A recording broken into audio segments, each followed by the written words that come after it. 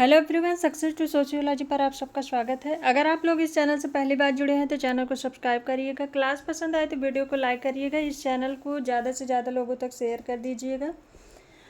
यहाँ पर सोशियोलॉजी से संबंधित क्वेश्चन कराए जाते हैं जो आने वाले सभी एग्जाम के लिए इम्पॉर्टेंट है। तो चलिए आज की क्लास को शुरू करते हैं। आई होप आप सबकी स्टडी अच्छी होगी। तो आज की क्लास को शुरू करते हैं देर न करते हुए। और आज का पहला क्वेश्चन है, सुमेलित करना है। गेमिंग सॉफ्ट, गेसल सॉफ्ट, परिस्थिति एवं संविदा, सैनिक एवं औद्योगिक, नातेदारी, सत्ता एवं नागरिकता, ये अवधारणाएँ हैं। दूसरी तरफ विचारक हैं, समाजशास्त्री का नाम है। कोड दिया गया है 3 2 4 1, 1 2 4 3, 3 4 2 1, 1 4 2 3। राइट आंसर बताइए। सुमेलित करके राइट आंसर बताइए कोड देखकर।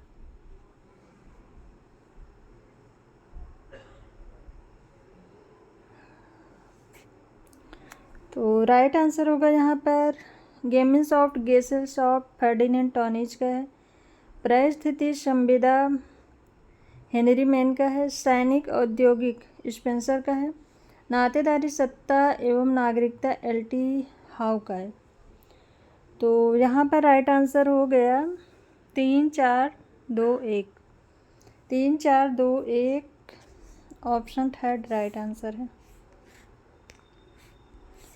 नेक्स्ट क्वेश्चन है, निम्नलिखित में से कौन सी एक पीजेंट समाज की विशेषता नहीं है? परिवार के सदस्यों का श्रमिकों जैसा इस्तेमाल, पूर्ण पृथक्करण, उत्पादन एवं उपभोग की इकाई के रूप में परिवार, कृषि एवं जीवन शैली के रूप में। राइट आंसर बताइए। पीजेंट समाज की विशेषता नहीं है।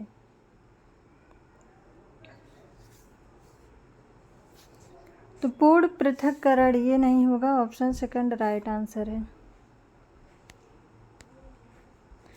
नेक्स्ट क्वेश्चन है, विकसित एवं विकासशील समाजों में अंतर स्थापित करने के लिए प्रतिमान चरों का प्रयोग किसने किया? किंग्सले डेविस ने, बी होर्सलिस्ट ने, डब्ल्यू मोर ने, पार्सन्स ने। राइट आंसर बताइए। प्रतिमान चर का प्रयोग किसने किया? Pattern variable. पार्सन्स ने 5 प्रकार के प्रतिमान चर बताए हैं। पहला भावात्मकता बनाम भावात्मक तटस्थता, दूसरा सार्वभौमिकतावाद बनाम विशिष्टतावाद, तीसरा आत्म उन्मुखता बनाम सामूहिक उन्मुखता, चौथा प्रदत्त बनाम अर्जित, पांचवा विसरण बनाम विनिर्दिष्टता। तो प्रतिमान चर पैटर्न वेरिएबल की बात की है पार्सन्स ने। ऑप्शन 4 राइट आंसर होगा। नेक्स्ट क्वेश्चन है, पीजेंट समाज में परिवर्तन की प्रक्रिया के वर्णन में निम्नलिखित में से किस समाजशास्त्री ने लघु परंपरा एवं बृहद परंपरा की श्रेणियों का सर्वप्रथम प्रयोग किया? रेडफील्ड ने, मैरीयट ने, बैरिंगटन मूर ने, टी शॉनिन ने। राइट आंसर बताइए। पीजेंट समाज में परिवर्तन की प्रक्रिया के वर्णन के लिए किस समाजशास्त्री ने लघु परंपरा एवं बृहद परंपरा की अवधारणा दी है? तो राइट आंसर होगा यहाँ पर ऑप्शन फर्स्ट, रॉबर्ट रेडफील्ड ने। नेक्स्ट क्वेश्चन है, निम्नलिखित में से कौन से औद्योगिक समाज की विशेषता नहीं है? विषमांगता, यांत्रिक संहत, गतिशीलता, दमनकारी विधियाँ, केवल 2, 1 2 और 3, 2 और 4, 1 और 4। राइट आंसर बताइए। यहाँ पर पूछा है कि औद्योगिक समाज की विशेषता नहीं, तो जो नहीं है उसे बताना है। राइट आंसर बताइए। तो औद्योगिक समाज में दमनकारी विधियाँ नहीं होती हैं, यांत्रिक संहति नहीं होती है। तो राइट आंसर होगा 2 और 4, ऑप्शन थर्ड राइट आंसर है। नेक्स्ट क्वेश्चन है, एरिक उल्फ के अनुसार किसान आंदोलनों की अगुवाई सामान्यतः किसने की? मध्यम किसान वर्ग ने, कृषक श्रमिक ने, बटाईदार ने, बड़े कृषक ने। राइट आंसर बताइए। एरिक उल्फ के अनुसार किसने कृषक आंदोलन की अगुवाई की है? तो राइट आंसर होगा यहाँ पर ऑप्शन फर्स्ट, मध्यम किसान वर्ग के द्वारा किया गया था।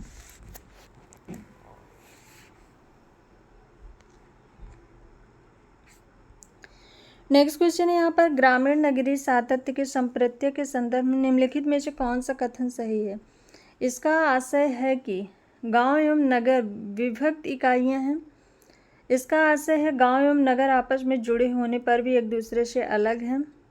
यह नगरीकरण की प्रक्रिया की व्याख्या करता है। इसका आशय है ग्रामीण जनों का नगरों में स्थानांतरण एवं नगरीय जनों का गांवों में स्थानांतरण।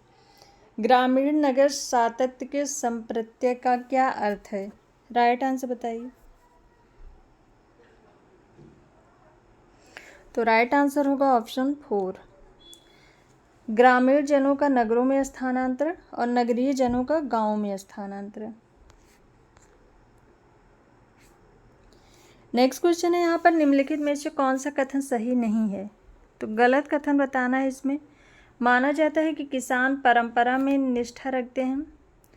कृषक की कृषि के बारे में अभिवृत्ति लाभान्मुखी होती है, जबकि किसान भूमि को सांस्कृतिक परिप्रेक्ष्य में देखते हैं। कृषक सामान्यतः अपने स्वयं की भूमि पर काम करते हैं, जबकि किसान सदैव दूसरों से भूमि को पट्टे पर लेते हैं। कृषक भाड़े के मजदूरों के साथ काम करते हैं, जबकि किसान पारिवारिक मजदूरों के साथ काम करते हैं। गलत कथन इसमें बताना है। राइट आंसर क्या होगा?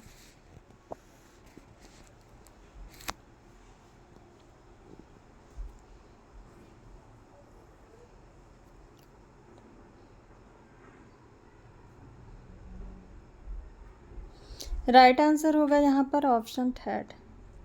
ऑप्शन थर्ड इसमें गलत है। कृषक सामान्यतः अपनी स्वयं की भूमि पर काम करते हैं, जबकि किसान सदैव दूसरों से भूमि को पट्टे पर लेते हैं। यह ऑप्शन गलत है। नेक्स्ट क्वेश्चन है, डेहरनडार्फ के अनुसार उत्तर औद्योगिक समाज किस आधार पर विभाजित है? वर्ग, सत्ता का प्रयोग, उत्पादन के साधनों का स्वामित्व, लोकतंत्रात्मक सहभागी, प्रतिरूप। राइट आंसर बताइए। डेहरनडार्फ के अनुसार बताना है।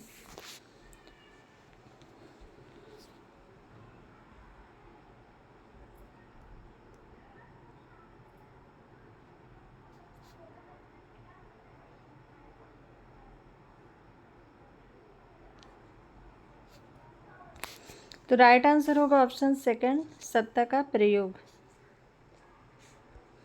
नेक्स्ट क्वेश्चन है, निम्नलिखित में से किस एक समाजशास्त्री ने यह सिद्धांत विकसित किया है कि सामाजिक व्यवस्था में भूमिकाएं आदर्श अधिकारों एवं दायित्व का संस्थागत गुच्छा हो जाती हैं? Durkheim, Merton, Davis, Linton. Right answer बताइए। सामाजिक व्यवस्था में भूमिकाएं आदर्श अधिकारों एवं दायित्व का संस्थागत गुच्छा हो जाती हैं। ये कथन किसका है? तो राइट आंसर होगा यहाँ पर ऑप्शन 4, लिंटन का। नेक्स्ट क्वेश्चन है, निम्नलिखित में से कौन सी एक सामाजिक संस्था नहीं है? नातेदारी, विद्यालय, शिक्षा, बंदी गृह।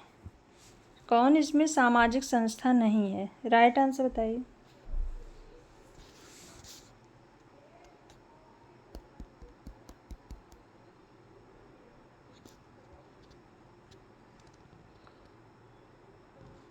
राइट आंसर होगा ऑप्शन 4, बंदी गृह।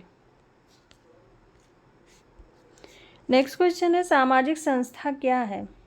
एक स्थापित कार्यविधि जो मानव व्यवहार का विनियमन कराती है, एक स्थान जहां सामाजिक समारोह का आयोजन होता है, एक संगठन जहां सामाजिक स्थितियां निर्धारित होती हैं, एक संगठन जो समाज सेवा प्रदान करता है। राइट आंसर बताइए। सामाजिक संस्था के बारे में क्या सही है?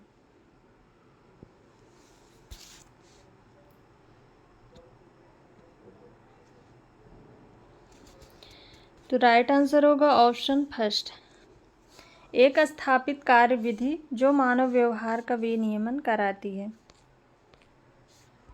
नेक्स्ट क्वेश्चन कथन और कारण से है। कथन दिया गया है, प्रतिमान एवं मूल्य समाज के मूल आधार हैं, और कारण दिया गया है, केवल धार्मिक संस्थाएं प्रतिमान एवं मूल्य सिखाती हैं। ए और आर दोनों सही है, आर ए की सही व्याख्या है। ए और आर दोनों सही है, आर ए की सही व्याख्या नहीं है। ए सही है परंतु आर गलत है, ए गलत है परंतु आर सही है। राइट आंसर बताइए।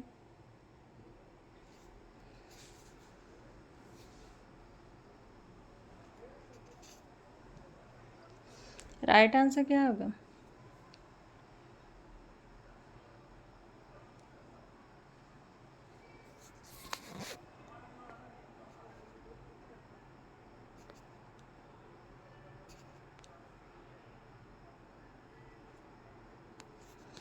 तो राइट आंसर होगा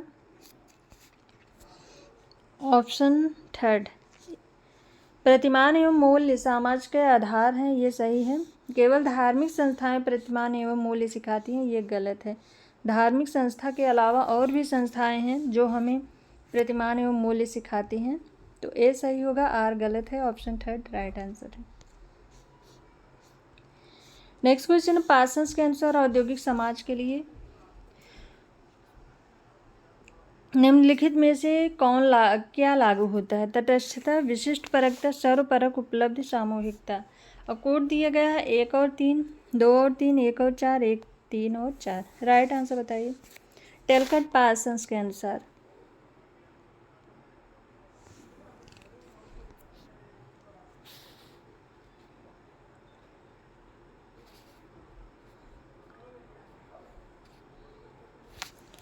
तो राइट आंसर होगा यहाँ पर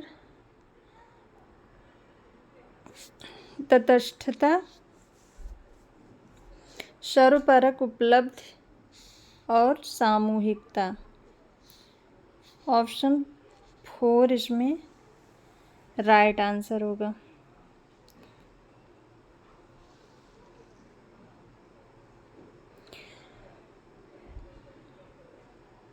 औद्योगिक समाज के लिए पार्सन्स ने 5 प्रकार के प्रतिमान चर बताए हैं। उन्होंने कहा है कि औद्योगिक समाज में 5 प्रकार के प्रतिमान चर लागू होते हैं: तटस्थता, विशिष्टता, सर्वपरक, उपलब्धियां और सामूहिकता। तो कूट के हिसाब से वैसे ये जो चारों हैं ये चारों ही सही होंगे, लेकिन कूट के हिसाब से 1, 3, 4 होगा। अगर यहाँ पर 1, 2, 3 और 4 होता है तो वो सही हो जाता, लेकिन कूट में सेकंड ऑप्शन को स्किप कर दिया गया है। तो इस हिसाब से जिसमें ज़्यादा नंबर दिया गया है वही सही होगा।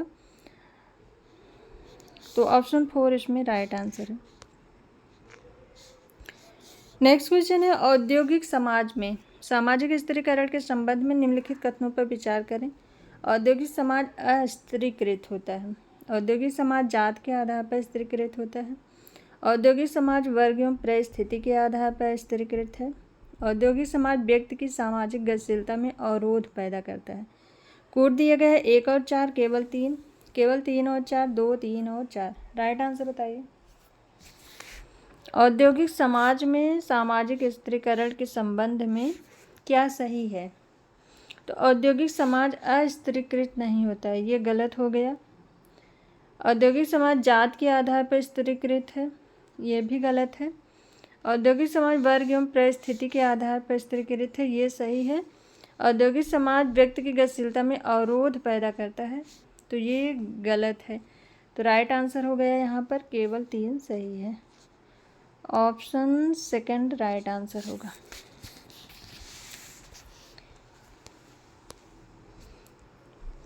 नेक्स्ट क्वेश्चन कथन और कारण से है।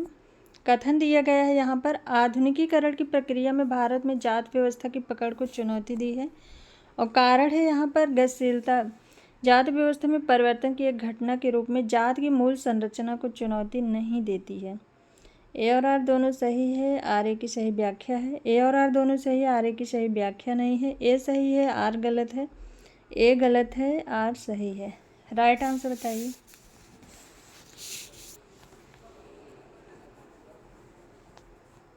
राइट आंसर क्या होगा?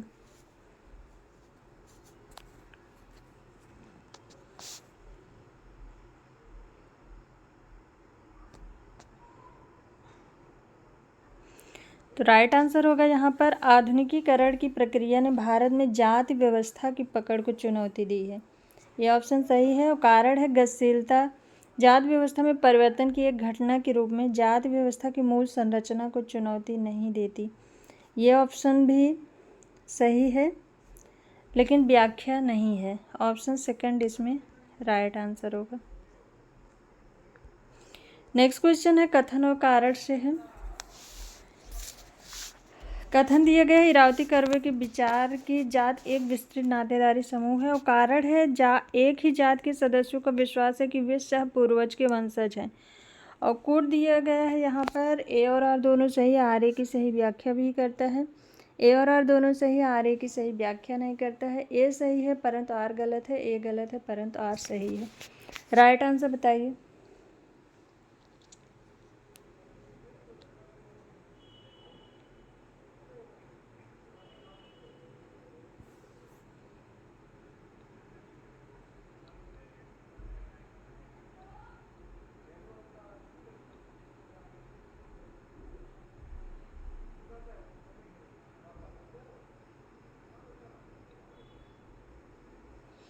तो यहाँ पर राइट आंसर होगा ए और आर दोनों सही है, आर ए की सही व्याख्या भी करता है। ऑप्शन फर्स्ट राइट आंसर है।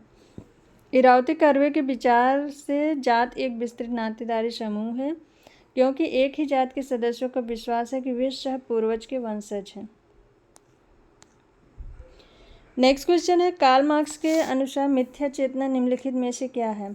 वह प्रक्रिया जिसके द्वारा सर्वहारा इतिहास में अपनी स्थिति का बोध करता है। सर्वहारा की अपनी स्वयं की एवं अपने वास्तविक हितों की संकल्पना में अंतर।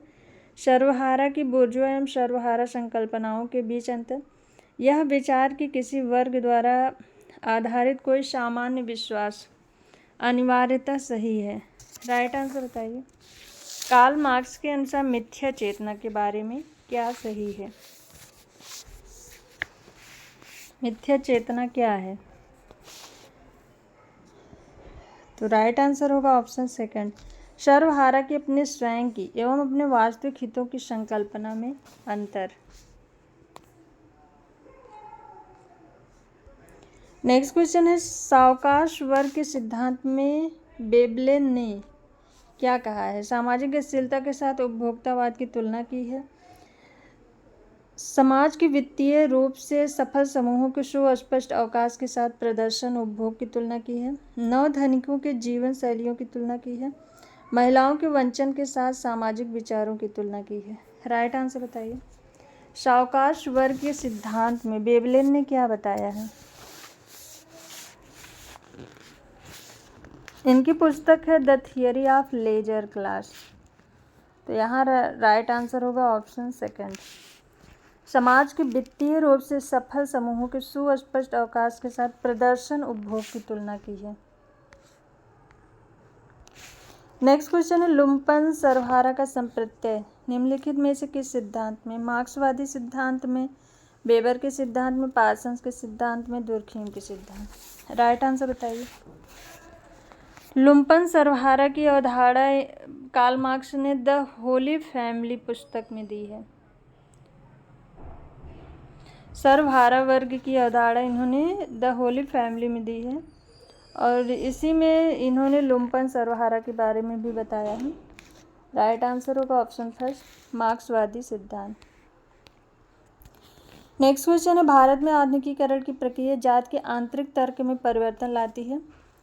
लॉयड ह्यूमन ने इस प्रक्रिया को विनिर्दिष्ट करने के लिए किन शब्दों का प्रयोग किया है? संस्कृति से अर्थव्यवस्था तक, अपवित्रता से राजनीति तक, संरचना से सार तक, धर्म से समाज तक। राइट आंसर बताइए। लॉयड ह्यूमन ने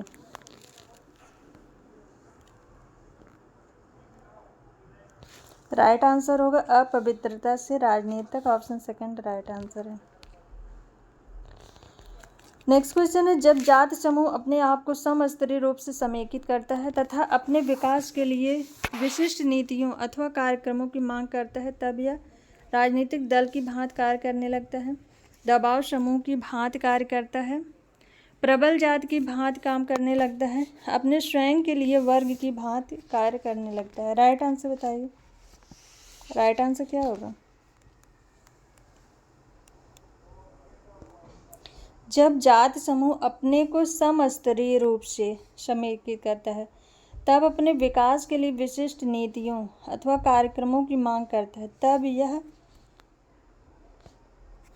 दबाव समूह की भांति कार्य करने लगता है। ऑप्शन सेकंड राइट आंसर है। नेक्स्ट क्वेश्चन है, निम्नलिखित कथनों पर विचार कीजिए। अधिक्रम एवं विभेदन सामाजिक स्थिरीकरण के भाग हैं। जाति प्रथा सामाजिक स्थिरीकरण की सर्ववृत्त प्रणाली है, केवल एक, केवल दो, एक और दो दोनों, न एक न दो। राइट आंसर बताइए।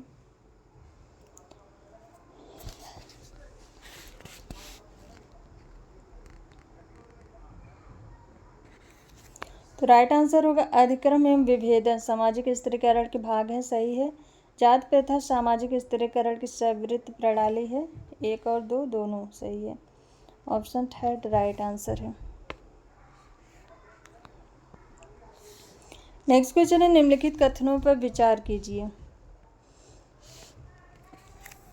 समाजशास्त्र यह तर्क देता है कि जाति का राजनीतिक आधुनिकीकरण, यहाँ पर होगा आधुनिकीकरण।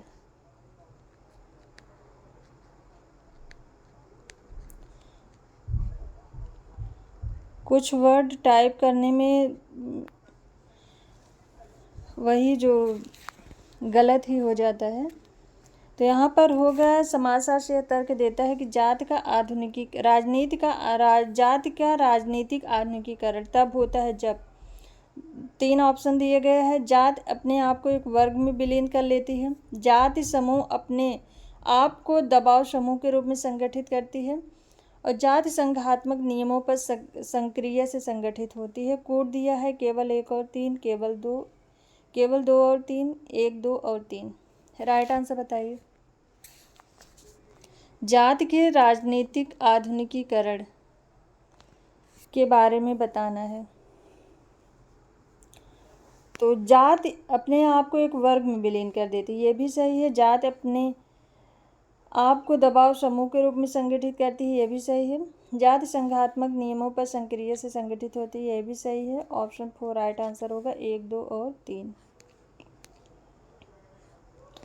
नेक्स्ट क्वेश्चन है, निम्नलिखित कथनों पर विचार कीजिए। कार्ल मार्क्स का वर्ग अपने स्वयं के लिए की संकल्पना का अभिप्राय। दो ऑप्शन दिए गए हैं। श्रमजीवी वर्ग द्वारा अपने विरोधी को उखाड़ फेंकने के अनुसरण में वर्ग चेतना और सामूहिक सामाजिक क्रिया की प्राप्त। सेकंड है, श्रमजीवी वर्ग की विशेषता बताने वाली आर्थिक दशाएं और जीवन स्तर। केवल एक, केवल दो, एक और दो दोनों, न एक न दो। राइट आंसर बताइए क्या होगा।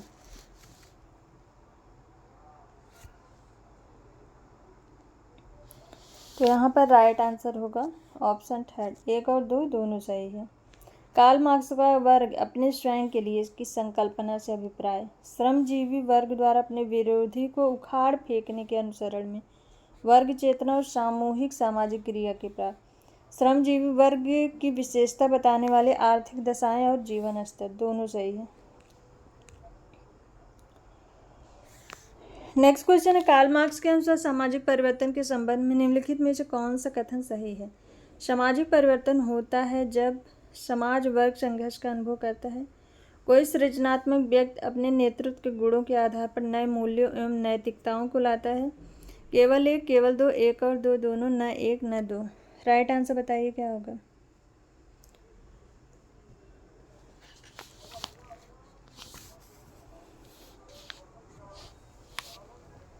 कार्ल मार्क्स के अनुसार सामाजिक परिवर्तन के संबंध में कौन सा कथन सही है।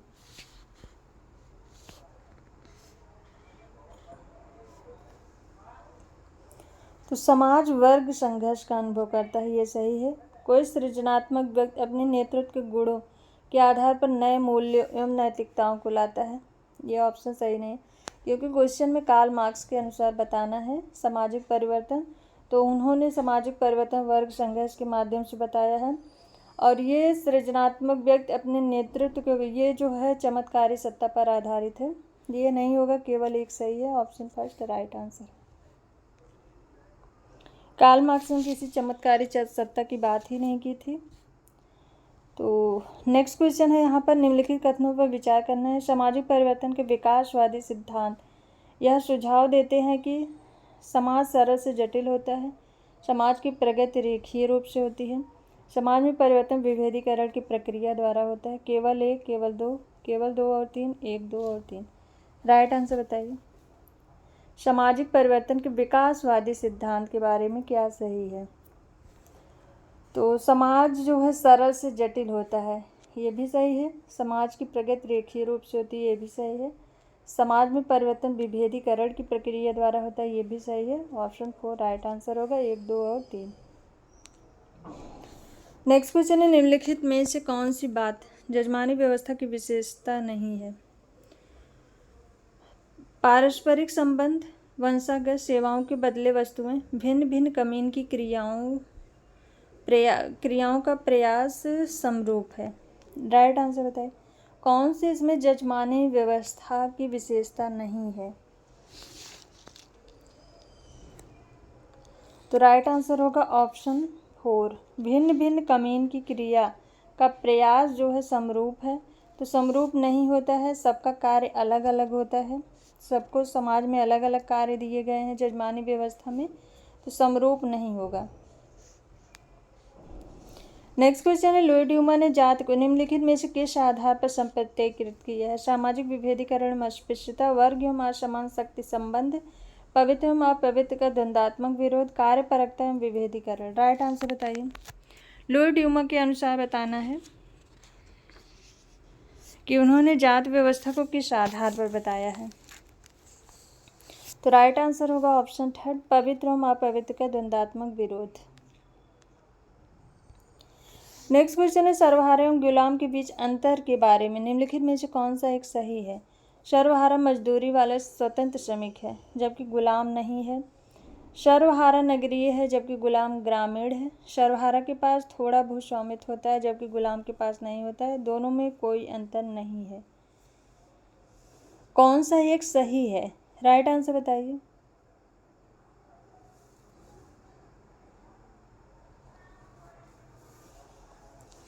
तो सर्वहारा मजदूरी वाला स्वतंत्र श्रमिक है जबकि गुलाम नहीं है।